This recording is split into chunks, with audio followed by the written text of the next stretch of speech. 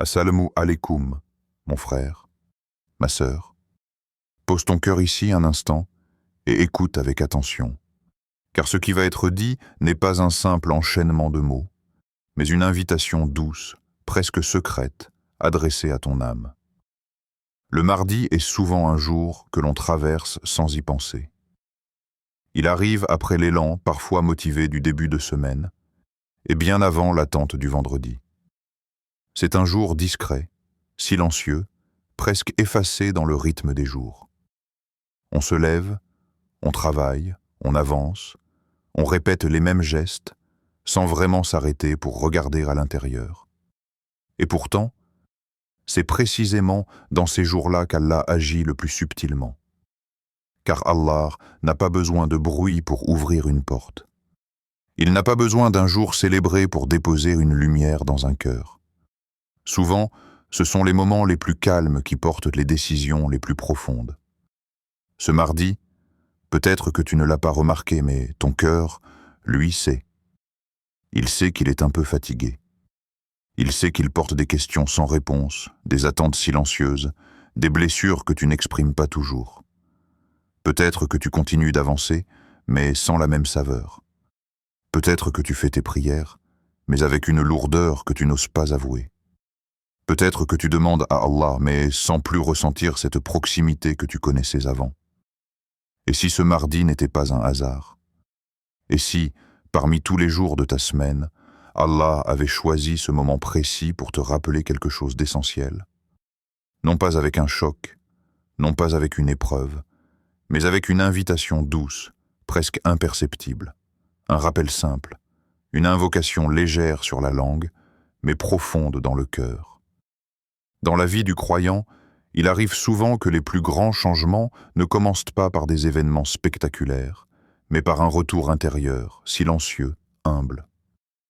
Le prophète Muhammad, que la paix et le salut d'Allah soient sur lui, nous a appris que le cœur se couvre, parfois, de voiles invisibles.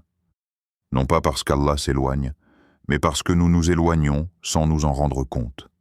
Les préoccupations, les fautes, la routine, la fatigue, les attentes déçues, tout cela s'accumule, couche après couche, jusqu'à ce que l'on ressente un vide sans toujours en comprendre la cause.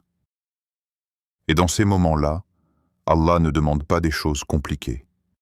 Il ne demande pas des paroles longues, ni des efforts écrasants. Il appelle simplement son serviteur à revenir par une parole sincère, à revenir par une invocation prononcée avec présence, à revenir par un moment où le cœur parle avant la langue.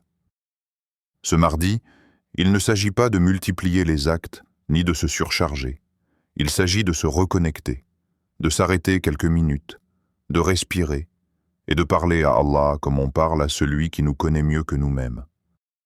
L'invocation que je vais te transmettre n'est pas longue. Elle n'est pas compliquée. Elle n'est pas réservée à ceux qui savent beaucoup, ni à ceux qui se sentent forts dans leur foi. Elle est justement pour celui qui se sent fragile, pour celui qui doute parfois, pour celui qui a peur qu'Allah ne lui donne plus à cause de ses fautes, pour celui qui craint que son cœur ne s'endurcisse sans qu'il ne s'en rende compte. Cette invocation, répétée 33 fois ce mardi, n'est pas un chiffre choisi au hasard. Ce n'est pas une formule magique. C'est un rythme qui permet au cœur de descendre progressivement dans la présence d'Allah. Car au début, lorsque tu invoques, ton esprit est encore ailleurs. Tu penses à ce que tu dois faire après, à ce qui te préoccupe, à ce qui t'attend. Puis, à force de répéter, quelque chose change. Les pensées ralentissent, le cœur commence à écouter, la langue ne récite plus seule. Et c'est là que l'invocation devient réelle. Beaucoup de personnes pensent que les grandes réponses d'Allah viennent après de grandes œuvres. Mais la Sunna nous enseigne autre chose. Elle nous enseigne que ce sont souvent les œuvres simples, faites avec constance et sincérité, qui ouvrent les plus grandes portes. Le prophète, que la paix et le salut d'Allah soient sur lui, a aimé la simplicité. Il a aimé la continuité. Il a aimé les actes que l'on peut porter sans se fatiguer, mais qui transforme profondément l'intérieur. Répéter une invocation 33 fois un mardi, dans le calme, avec le cœur présent, peut sembler insignifiant aux yeux du monde. Mais aux yeux d'Allah, cela peut être le signe d'un cœur qui revient. Et Allah ne néglige jamais un cœur qui revient. Peut-être que tu attends quelque chose de précis, une réponse, un apaisement, une ouverture, une guérison intérieure. Peut-être que tu n'attends même plus rien, si ce n'est de ressentir à nouveau cette paix que tu avais autrefois. Sache une chose, mon frère, ma sœur, Allah n'est jamais loin. Ce n'est pas lui qui s'est éloigné. C'est parfois nous qui avons perdu le chemin intérieur qui mène à lui. Et ce chemin ne commence pas toujours par de grands pas. Il commence parfois par une invocation discrète, murmurée un mardi quand personne ne regarde. Ce moment que tu t'apprêtes à vivre n'est pas un rituel vide. Il n'est pas une remarque de plus dans ta journée. Il est un appel. Un appel réel à Allah. Un appel qui dit « Ya Rab, je suis là, même fatigué, même imparfait, même avec mes manquements. Je suis là. » Et Allah aime ceux qui viennent à lui ainsi, sans prétention, sans masque, sans discours compliqué, juste avec un cœur sincère. Prends ce mardi comme un rendez-vous, pas un rendez-vous lourd ni stressant, un rendez-vous doux. Quelques minutes où tu choisis Allah au milieu de tout le reste. Quelques minutes où tu choisis de déposer ce que tu portes. Car parfois, ce n'est pas la longueur de l'invocation qui change le destin, mais la vérité avec laquelle elle est prononcée. Et peut-être que ce mardi, sans que tu ne le réalises encore, Allah prépare quelque chose pour toi. Une réorientation, un apaisement, une ouverture intérieure. Tout commence souvent ainsi, dans le silence, dans la discrétion, dans un cœur qui accepte de se tourner à nouveau vers son Seigneur. En islam, aucun jour n'est vide de sens, aucun moment n'est laissé au hasard, car le temps lui-même est une créature d'Allah, façonnée avec sagesse et portée par une mission invisible. Chaque jour possède une couleur spirituelle, une énergie particulière, une place dans le cheminement intérieur du croyant. Le mardi, pourtant, passe souvent inaperçu. Il n'est ni célébré, ni attendu, ni redouté. Il s'inscrit dans la continuité, presque effacé, comme s'il n'avait rien de spécial à offrir. Et pourtant, c'est précisément cette discrétion qui lui donne toute sa profondeur. Le mardi est un jour de vérité, un jour qui ne triche pas. Après l'élan parfois enthousiaste du début de semaine, lorsque les intentions sont encore fraîches, lorsque la motivation est intacte et que l'on se promet de faire mieux, de prier plus concentré, d'être plus patient, plus sincère, arrive le mardi. Et là, quelque chose se révèle. Le mardi met à nu l'état réel du cœur. Il montre ce qui reste quand l'émotion s'estompe, quand l'énergie diminue, quand la routine reprend ses droits.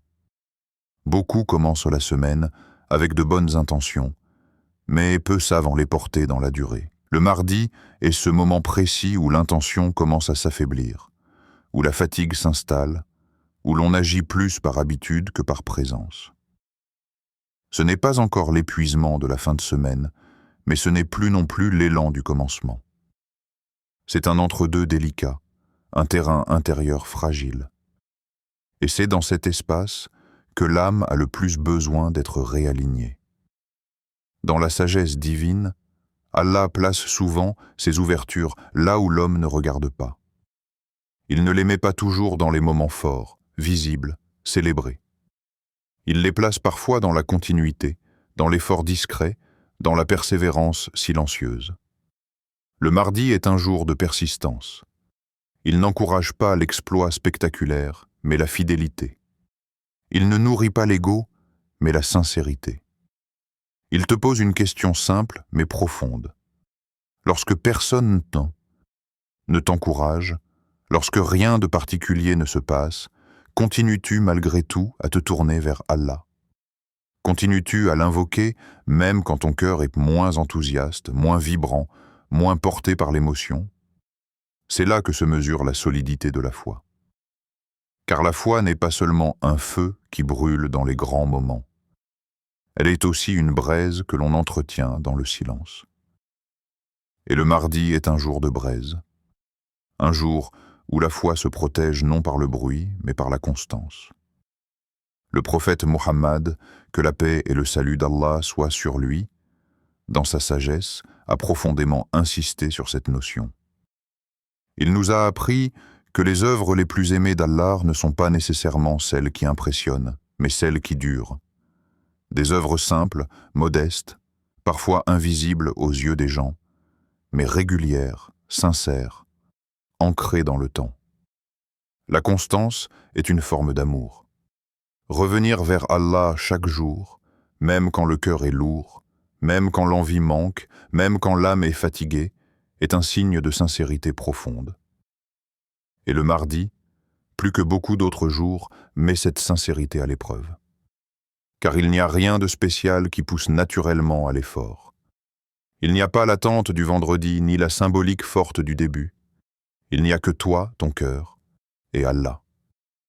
Et c'est dans cette simplicité que l'invocation prend toute sa force.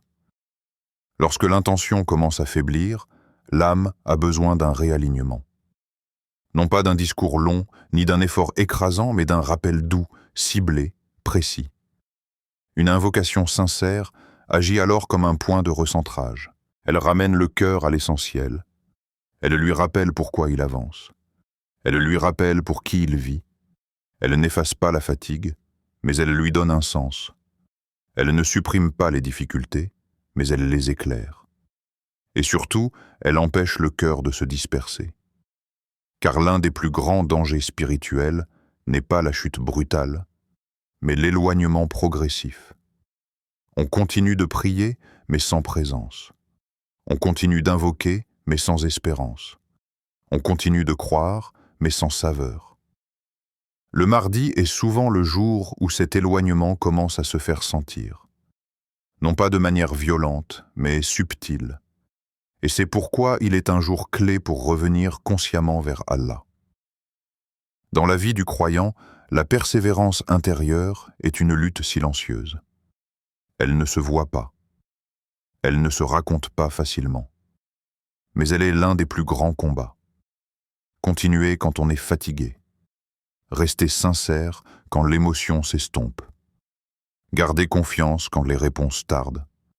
Le mardi symbolise cette persévérance. Il est le rappel que la relation avec Allah ne repose pas uniquement sur des moments forts, mais sur une fidélité quotidienne. Une invocation prononcée ce jour-là, avec présence, avec humilité, avec vérité, peut avoir un impact immense, précisément parce qu'elle naît dans un moment de fragilité. Allah aime le serviteur qui revient à lui quand il n'a plus d'élan, mais seulement de la sincérité. Celui qui dit « Ya Rab, je te cherche même quand je me sens faible ». Et Allah ne laisse jamais un tel cœur sans réponse. Il est important de comprendre que la sagesse du mardi n'est pas liée à un mérite particulier du jour en soi, mais à ce qu'il révèle en nous. Il révèle notre rapport à la constance. Il révèle notre capacité à continuer sans être porté par l'émotion. Il révèle la profondeur réelle de notre intention. Et c'est pourquoi une invocation faite ce jour-là agit comme un miroir. Elle montre au cœur où il en est. Et en même temps, elle lui offre une possibilité de se redresser. Car Allah n'attend pas de nous la perfection. Il attend le retour. Même petit, même discret, même fragile. Le mardi est le jour idéal pour ce retour silencieux. Un retour sans témoin, sans mise en scène, sans pression, juste un cœur face à son Seigneur. Beaucoup cherchent des moments exceptionnels pour se rapprocher d'Allah. Ils attendent d'être motivés, inspirés, disponibles. Mais la Sunna nous enseigne autre chose. Elle nous enseigne que c'est souvent dans la continuité, dans la régularité, dans l'effort humble que se trouvent les plus grandes transformations. Le mardi, dans sa simplicité, incarne parfaitement cette vérité. Il nous rappelle que la foi ne se nourrit pas seulement de grands rendez-vous spirituels, mais de petits choix répétés. Choisir Allah un mardi, quand rien ne nous y pousse extérieurement, est un acte puissant. C'est un acte qui purifie l'intention, car il est fait uniquement pour lui. Et c'est précisément ce genre d'acte qu'Allah aime, qu'il accepte, et qu'il bénit d'une manière que le cœur ne perçoit parfois que plus tard. Lorsqu'on parle de répétition dans l'adoration, beaucoup de cœurs hésitent, certains s'interrogent, d'autres confondent. Pourquoi répéter? Pourquoi un nombre précis? Pourquoi 33 fois et pas davantage? Ces questions sont légitimes, car l'islam n'est jamais une religion de gestes vidés. Chaque acte possède une sagesse, chaque enseignement du prophète, que la paix et le salut d'Allah soient sur lui, porte une profondeur qui touche le cœur avant même de toucher la langue. Le nombre 33 n'a rien d'arbitraire. Il s'inscrit dans une pédagogie prophétique, une manière d'éduquer l'âme avec douceur, sans la brusquer, sans l'épuiser, sans transformer l'adoration en charge lourde. Le prophète, que la paix et le salut d'Allah soient sur lui, connaissait la nature humaine. Il savait que le cœur se lasse, que l'esprit se disperse, que la foi connaît des hauts et des bas. Et c'est pour cela que la répétition en islam n'est jamais excessive, mais mesurée, équilibrée, accessible à tous. 33 fois, ce n'est ni trop peu pour rester superficiel, ni trop pour devenir écrasant. C'est un rythme, un souffle, une cadence intérieure qui permet au cœur d'entrer progressivement dans la présence d'Allah. La répétition n'est pas une formule magique qui forcerait la réponse divine. Allah n'est pas impressionné par les chiffres, ni contraint par les quantités. Ce qu'Allah regarde avant tout, c'est l'état du cœur. La répétition, dans la sagesse islamique, n'est pas destinée à convaincre Allah, mais à transformer le serviteur. Elle est un travail intérieur, lent, subtil, parfois imperceptible. À la première répétition, l'esprit est encore dispersé. Les pensées vagabondent, le cœur est distrait. On prononce les mots, mais on ne les habite pas encore. Puis, à mesure que l'on répète, quelque chose change. Chaque répétition enlève une couche de distraction comme on enlève doucement la poussière d'un miroir. La langue continue, mais l'esprit commence à se calmer. Le bruit intérieur diminue. Le cœur commence à écouter ce que la langue prononce. Et c'est à ce moment-là que l'invocation cesse d'être un simple son pour devenir un dialogue. 33 fois, c'est aussi un nombre qui respecte la fragilité humaine. L'islam ne cherche jamais à épuiser le croyant. Il cherche à l'élever. Trop répéter sans présence peut fatiguer le corps sans nourrir l'âme. Trop peu répéter peut laisser le cœur à la surface. Le juste milieu est une miséricorde. Et ce juste milieu, le prophète, que la paix et le salut d'Allah soient sur lui, l'a enseigné par l'exemple. Il a montré que la régularité est plus aimée d'Allah que l'excès ponctuel. Répéter 33 fois une invocation avec présence, avec lenteur, avec conscience, éduque le cœur à la patience, à l'écoute, à l'humilité. Cela apprend au serviteur à rester, à ne pas se précipiter, à ne pas fuir le silence. Car le silence intérieur est souvent ce qui effraie le plus. La répétition nous y conduit doucement, sans violence. Chaque répétition adoucit le cœur. Le cœur humain, lorsqu'il est chargé de soucis, de fautes, de regrets, peut devenir dur sans s'en rendre compte. Il se protège, il se ferme. Il devient moins sensible aux rappels, moins touché par les versets, moins réceptif à l'invocation. La répétition agit alors comme une eau douce qui coule sur une terre sèche. Elle ne transforme pas tout d'un coup, mais elle prépare le terrain. À force de couler, elle pénètre. À force de revenir, elle assouplit. Et petit à petit, le cœur redevient capable de ressentir, de pleurer, d'espérer, de faire confiance. Ce n'est pas la quantité qui produit cet effet, mais la continuité et la présence. 33 fois, lorsque chaque mot est prononcé avec conscience, peut suffire à provoquer ce basculement intérieur que des centaines de répétitions mécaniques ne produiront jamais. La répétition renforce aussi la confiance en Allah. Au début, on répète parfois avec doute. On se demande si cela sert à quelque chose. On se demande si Allah écoute encore. On se demande si nos fautes ne sont pas trop nombreuses. Puis, à mesure que l'on répète, ces pensées perdent de leur force.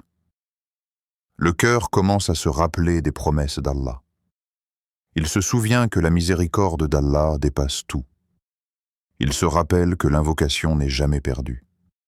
Et cette confiance ne vient pas toujours comme une certitude soudaine, mais comme un apaisement progressif. La répétition construit cette confiance comme on construit une relation. On ne crée pas une intimité en une parole. On la construit par des paroles répétées, sincères, constantes. 33 fois, c'est une conversation suffisamment longue pour que le cœur commence à se sentir entendu, même avant de recevoir une réponse visible. Il est important de comprendre que 33 fois avec présence vaut plus que 100 fois sans cœur. Cette vérité est fondamentale. Beaucoup multiplient les invocations, les chiffres, les formules, mais leur cœur reste ailleurs. Ils prononcent, mais ne s'arrêtent jamais vraiment. Ils demandent, mais ne laissent pas le silence répondre. Or, l'invocation n'est pas seulement une demande, c'est une présence. C'est un moment où le serviteur se tient devant Allah, conscient de sa grandeur et de sa propre faiblesse. 33 fois permet de rester présent sans se perdre dans l'automatisme. Au-delà, le risque est parfois de réciter sans écouter. En deçà, le risque est de ne pas dépasser la surface. Le prophète, que la paix et le salut d'Allah soient sur lui, dans sa sagesse, a toujours guidé vers ce qui protège le cœur de l'excès comme de la négligence. La répétition est aussi une discipline de l'âme. Elle apprend à rester, à ne pas fuir après quelques secondes, à accepter l'effort doux mais réel de la présence. Dans un monde où tout va vite, où l'on consomme des paroles sans les goûter, répéter une invocation 33 fois est un acte de résistance spirituelle. C'est refuser la superficialité. C'est choisir la profondeur. C'est dire à son âme, reste ici, écoute, ressens. Et plus on répète avec cette intention, plus le cœur se forme. Il devient plus attentif, plus calme, plus confiant. Il apprend à se tourner vers Allah, non pas seulement dans l'urgence, mais dans la constance. Enfin, le nombre 33 rappelle que l'adoration en islam est faite pour accompagner la vie, pas pour l'écraser. Allah veut pour nous la facilité, non la difficulté. Répéter 33 fois une invocation peut se faire n'importe où, en quelques minutes, sans isolement extrême, sans contrainte lourde. C'est un acte que l'on peut intégrer dans la vie quotidienne, un mardi, au milieu des responsabilités, sans se sentir dépassé. Et c'est précisément cette intégration qui fait sa force, car l'adoration la plus transformante est celle qui accompagne le croyant dans sa réalité, pas celle qui reste exceptionnelle et éloignée. 33 fois, c'est un pont entre le quotidien et le spirituel. Un pont que le cœur peut traverser sans peur, mais avec confiance. Ce mardi, l'invocation que tu t'apprêtes à prononcer n'est pas une suite de mots anodins, ni une formule figée que l'on récite pour se rassurer. C'est une parole vivante, une parole qui doit naître du cœur avant de sortir de la langue. Lorsque tu dis « Ya Allah, ne me prive pas de ton bien à cause de mes fautes », tu reconnais quelque chose de profondément humain. Tu reconnais que tu n'es pas parfait, que tu avances avec des manquements, que ton chemin est parfois marqué par des erreurs visibles et invisibles. Cette reconnaissance n'est pas une humiliation, elle est une lucidité. Elle est le point de départ de toute proximité avec Allah. Car Allah n'attend pas de toi que tu te présentes comme quelqu'un d'irréprochable, mais comme quelqu'un de vrai. En prononçant ces mots, tu admets que tes fautes existent, mais tu refuses qu'elles définissent ton avenir. Tu refuses qu'elles deviennent un mur entre toi et la miséricorde divine.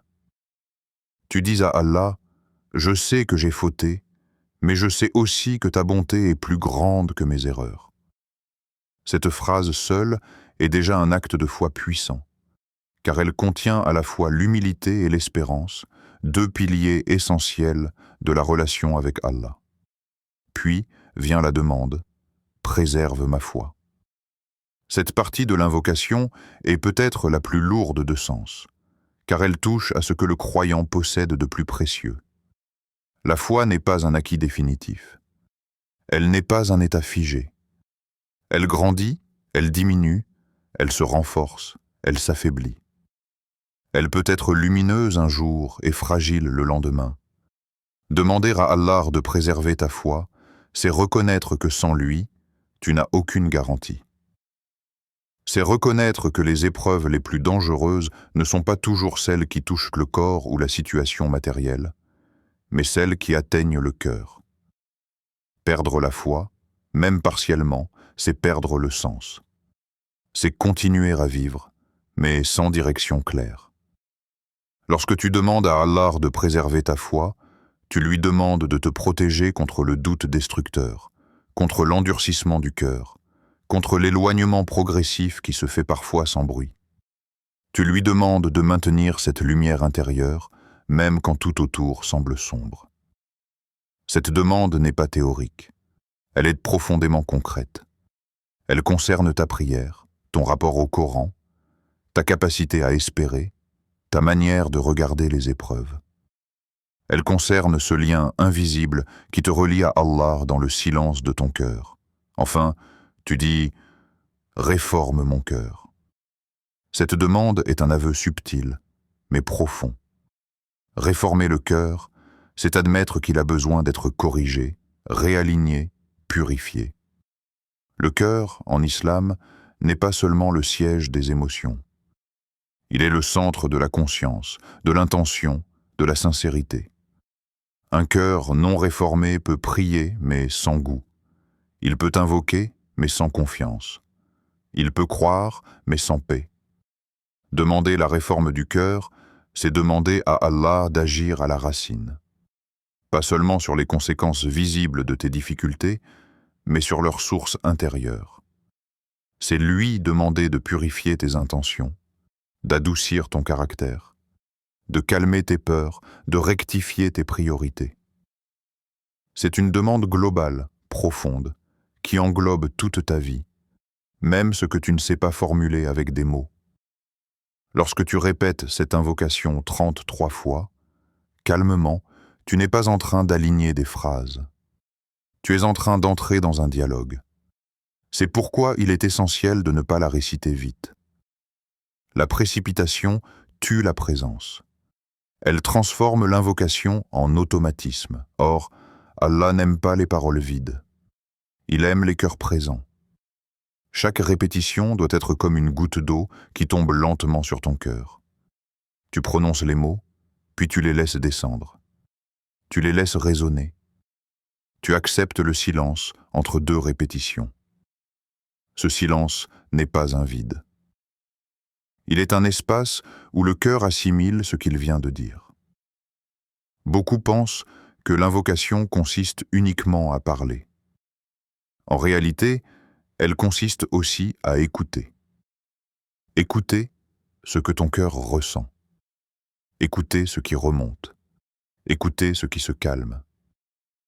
Ne récite pas cette invocation machinalement, car la machinalité est l'ennemi de la sincérité. Lorsque la langue va plus vite que le cœur, l'invocation perd sa force. Prends le temps. Respire. Ressens chaque mot.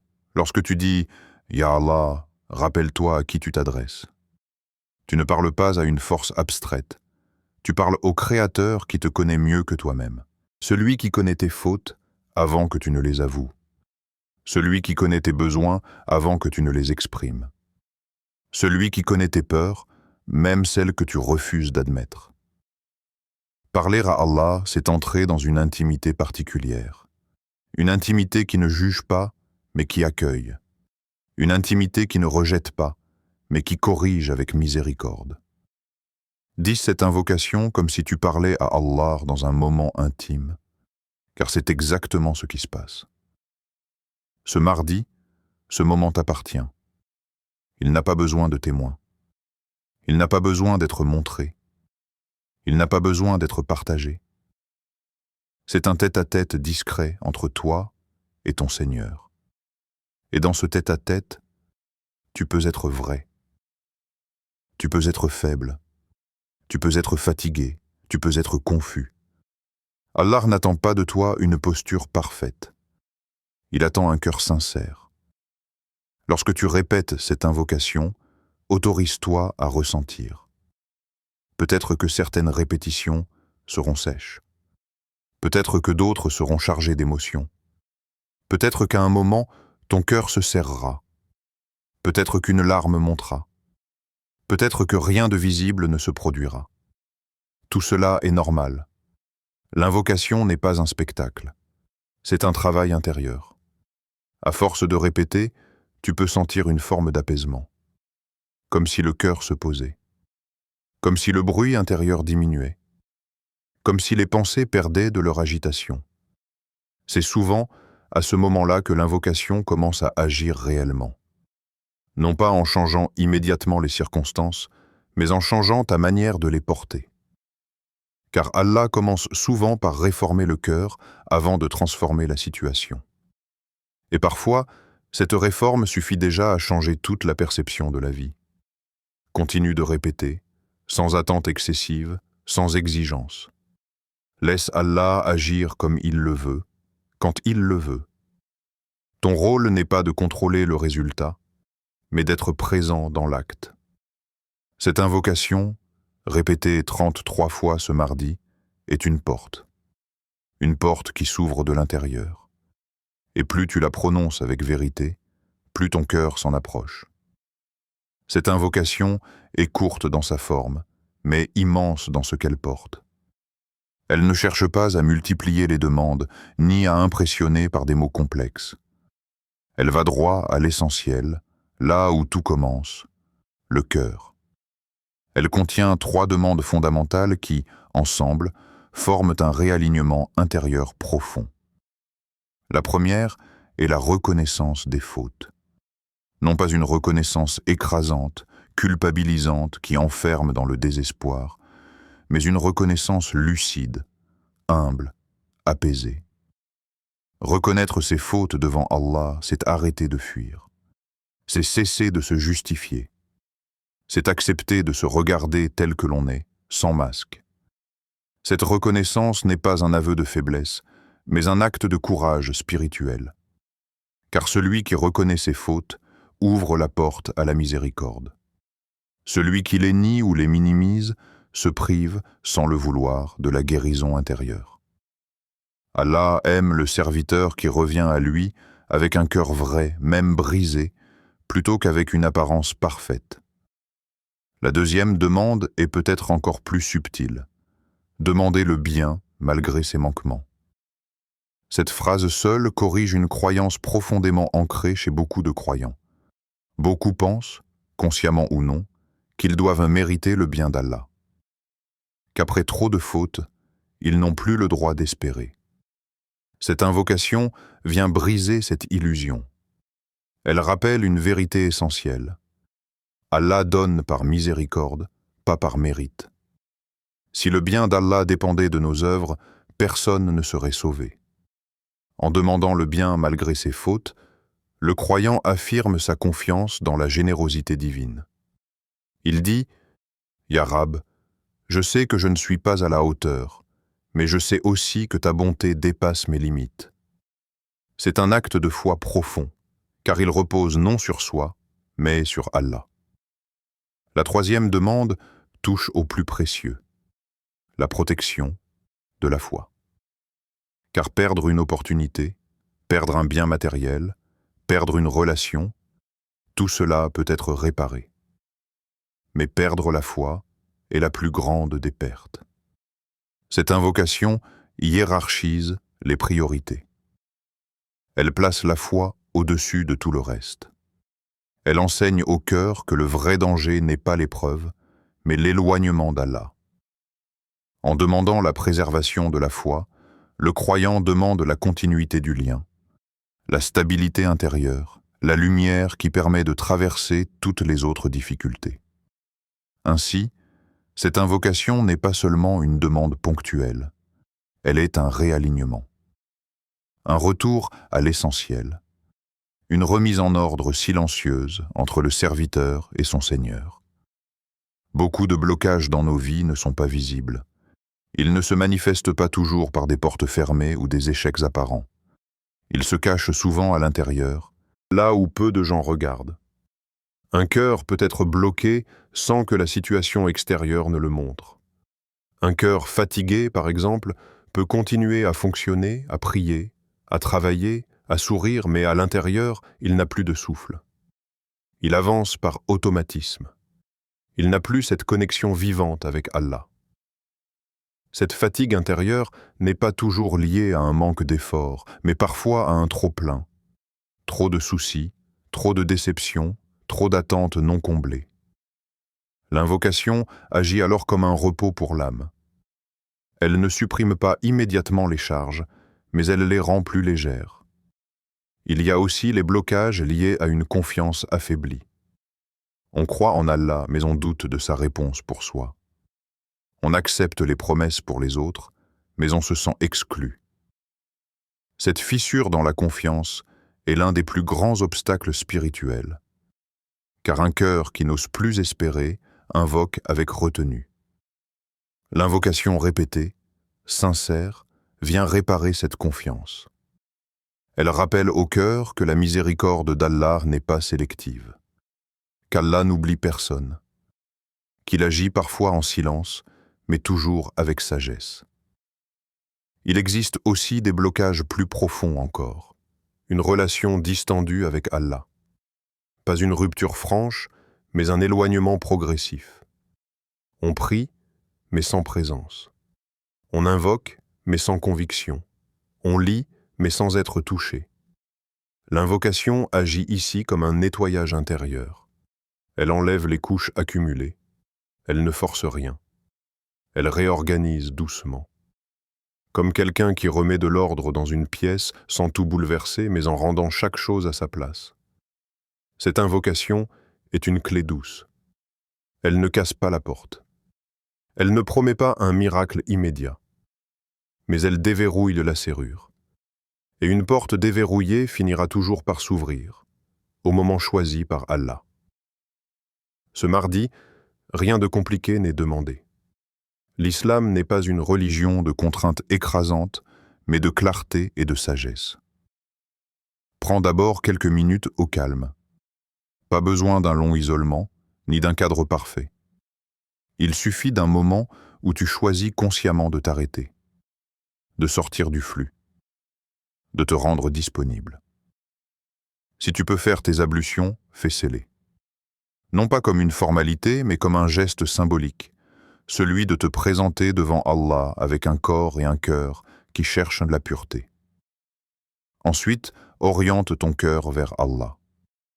Cette étape est la plus importante. Tu peux être assis, debout, seul ou dans un coin discret. Ce qui compte, ce n'est pas la posture, mais l'intention. Dis-toi intérieurement, « Ya Allah, je suis là ».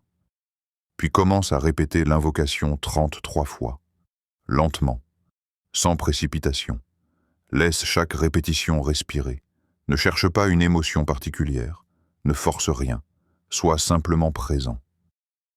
Une fois les 33 répétitions terminées, ne te lève pas immédiatement. Parle à Allah avec tes propres mots. Sois précis. Dis ce qui te pèse. Dis ce que tu espères. Dis ce que tu ne comprends pas. Allah aime la clarté du cœur. Et surtout, sois confiant. Pas confiant dans le résultat immédiat, mais confiant dans le fait qu'Allah t'a entendu. Cette confiance est déjà une forme de réponse. Mon frère, ma sœur, Allah n'ignore aucune larme, même celle qui ne coule pas. Il n'ignore aucune invocation sincère, même murmurée sans voix. Il n'ignore aucun cœur brisé, même celui qui sourit en apparence. Quand la réponse tarde, ce n'est pas un oubli. C'est une sagesse. Elle arrive toujours au bon moment, et souvent sous une forme meilleure que celle que nous avions imaginée. Ce mardi n'est peut-être pas spectaculaire, mais il peut être un début, un apaisement discret, une ouverture invisible qui change tout. Si tu fais cette invocation ce mardi, écris « Amin » en commentaire. Invoquons les uns pour les autres, car les invocations sincères franchissent des portes que nous ne voyons pas. Sur rappel du messager d'Allah, que la paix et le salut d'Allah soient sur lui, chaque mot est un rappel, chaque rappel est une lumière, et chaque lumière est un pas vers Allah. Qu'Allah réforme nos cœurs, protège notre foi et nous rapproche du paradis. Amin.